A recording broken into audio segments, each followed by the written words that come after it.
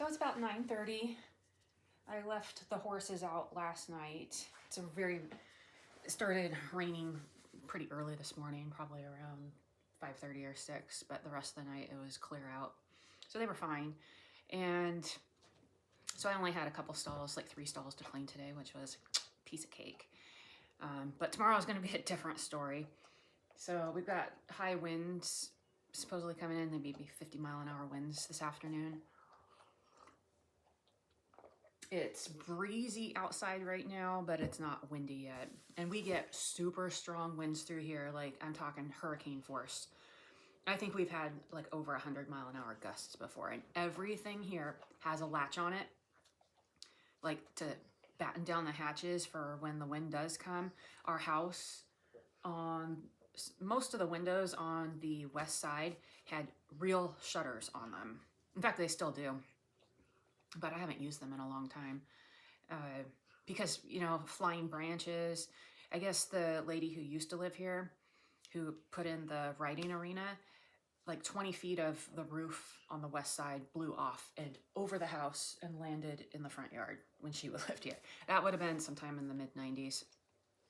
But it's kind of weird to think that I had driven past my future home while on vacation as a kid. In fact, I think I even remember it.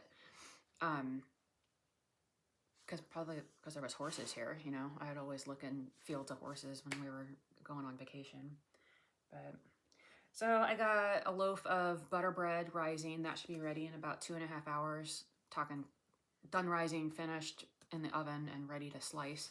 So, and then I have black bean and ham bone soup in there. I bought a ham earlier this month, spiral cut ham, and I saved the bone, so I'm making soup today, and it is a perfect day for it because it's blustery and rainy, and I'm not going to be doing much outside other than, you know, regular barn chores. I did want to show you, I'm sitting here next to Coconut. There she is. That's not her usual spot. And then Toby's right there on the electric blanket. That's my spot. He took it.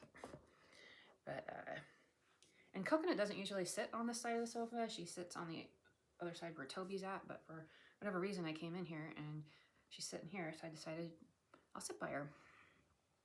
Yes, you purring? My little cutie pie. Anyway. So I thought I'd shoot a little video. I probably need, I was like, how do you get views and stuff on YouTube? And they say, you know, do a thumbnail, but I don't really look at the thumbnails. In fact, I find them kind of irritating and distracting, and they all look the same.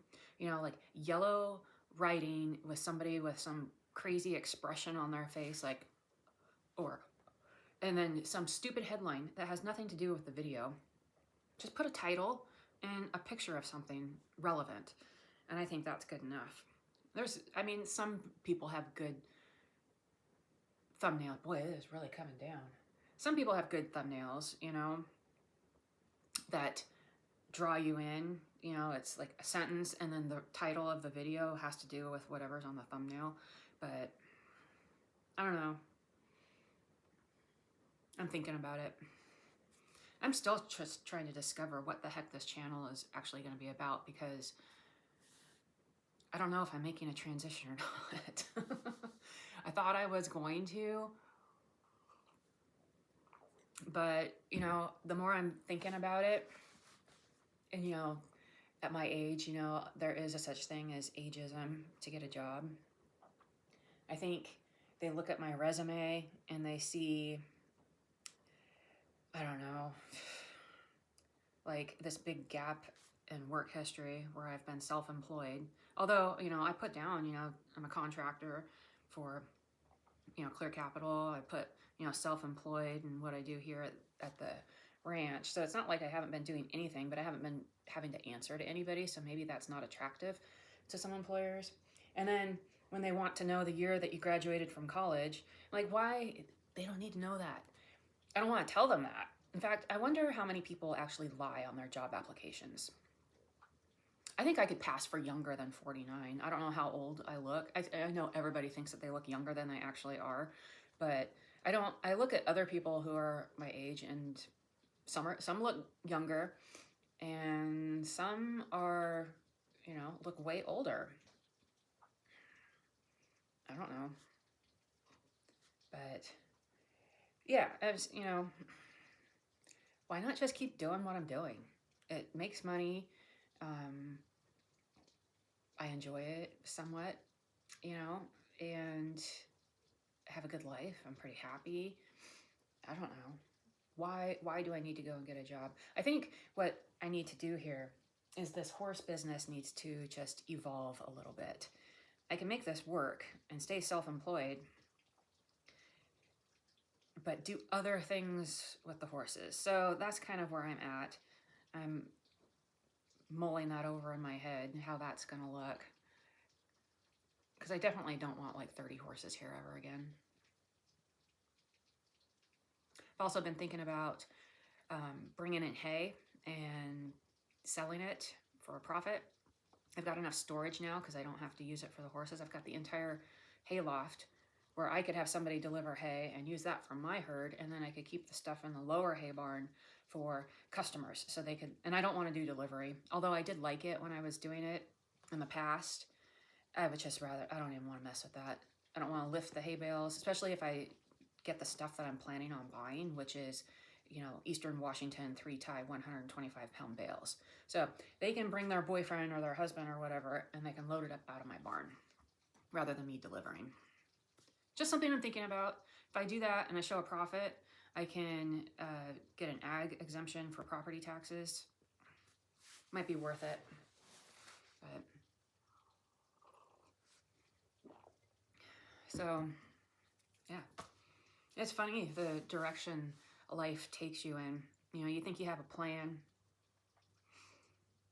Usually my plans come true though. So, but I mean, some of them, you know, didn't. You know, when I was in college, I wanted to go work for Martha Stewart, and look at her. She ended up in prison and lives. Her companies are on the other side of the country, so that wasn't ever going to work out. But I don't know. I never did web design except for myself and my own businesses.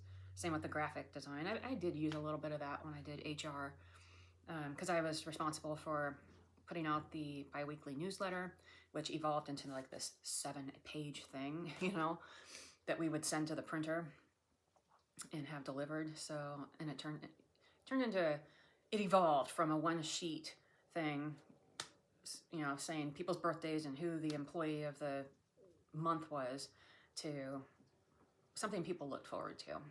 So I guess I did use my art degree, just not directly. But yeah, you know, oh, something else I was going to say, you know, everything has a story. Everything. I could just look around and start talking about things around here. And I'm not one who just keeps things. I mean, most of my things are in these white shelves on the other side of the room. That's where all my tchotchkes are at. And just little things that have been given to me over the years, or books that I've collected over the years. Some of the stuff in there is cookbooks. Some of it is childhood books from home. I've got the Laura Ingalls Wilder series in there, the Outlander series, which I am never going to get through that series.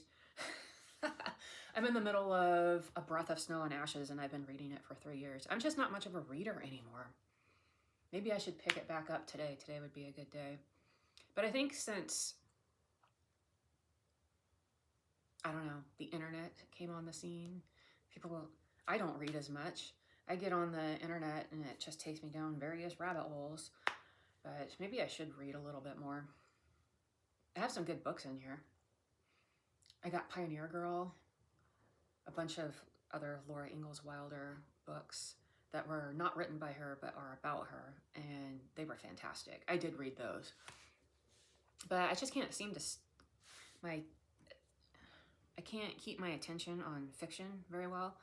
I like to read nonfiction because I feel like it's a little bit more worth my time and worthwhile. If you're going to read a book, don't read this is just my opinion, you know, don't be reading Stephen King or some crap like that. You know, read something that's actually going to help you or change your life or give you a new perspective on things that's actually true.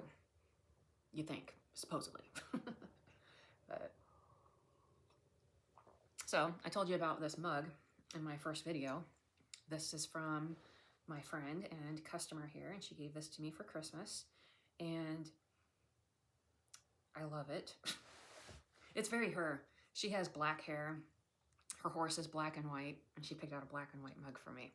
So this shirt was given to me by my Aunt Nancy, and it's kind of nice to have a long sleeve shirt.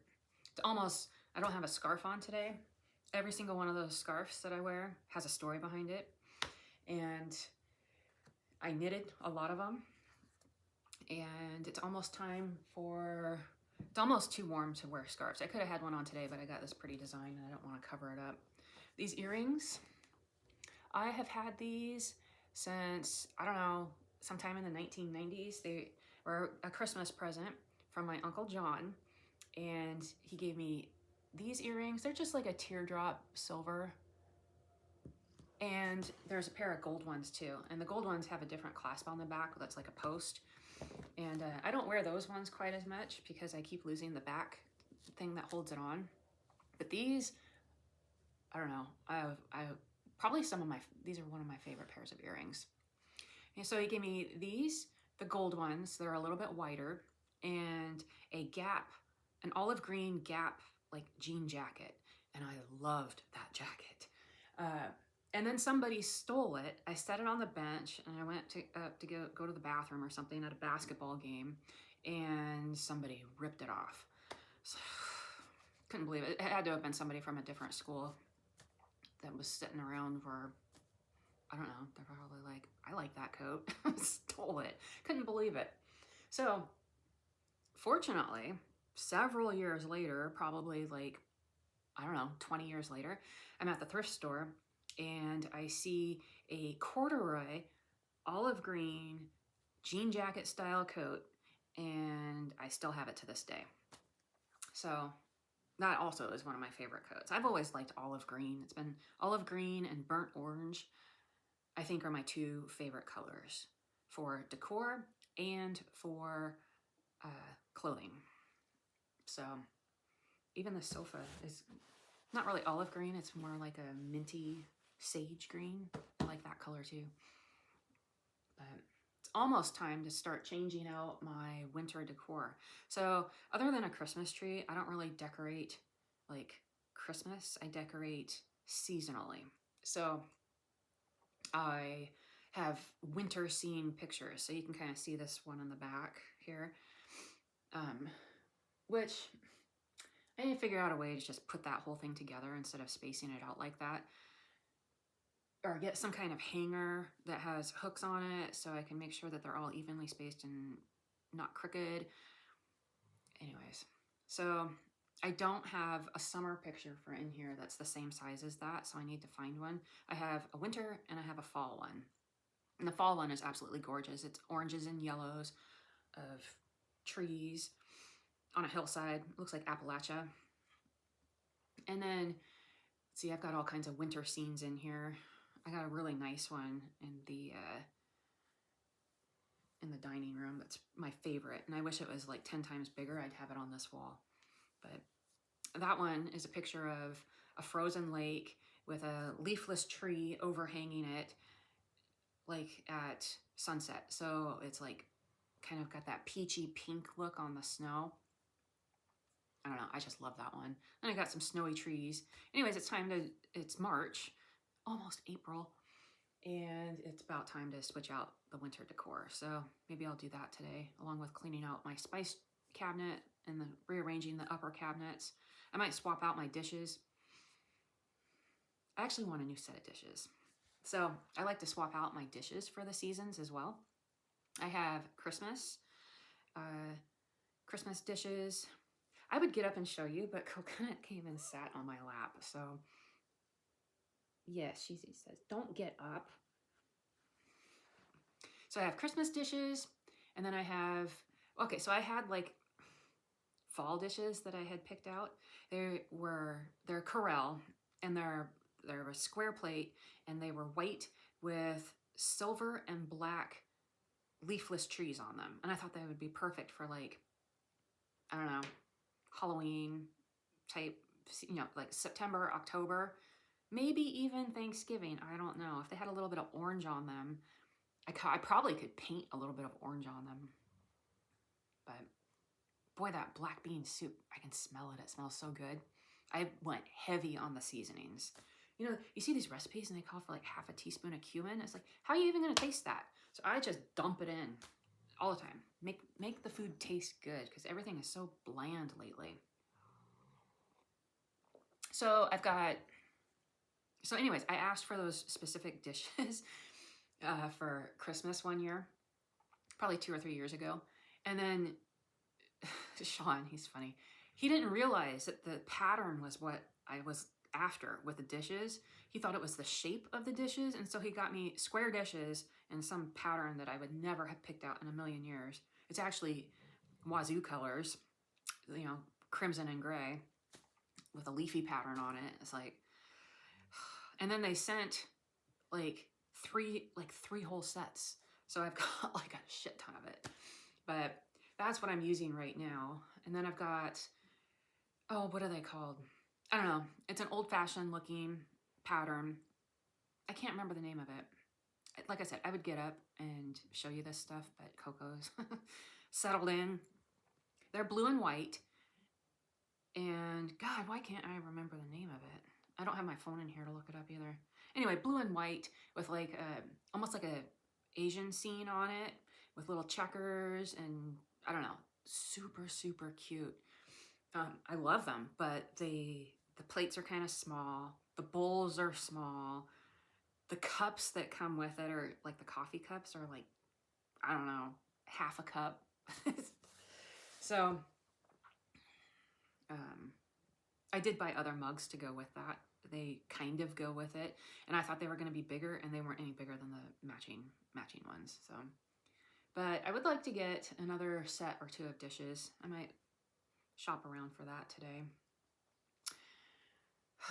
So yeah, I change out my dishes with the seasons. I change out my decor with the seasons. So it's time for spring stuff. I am rambling today. Meow.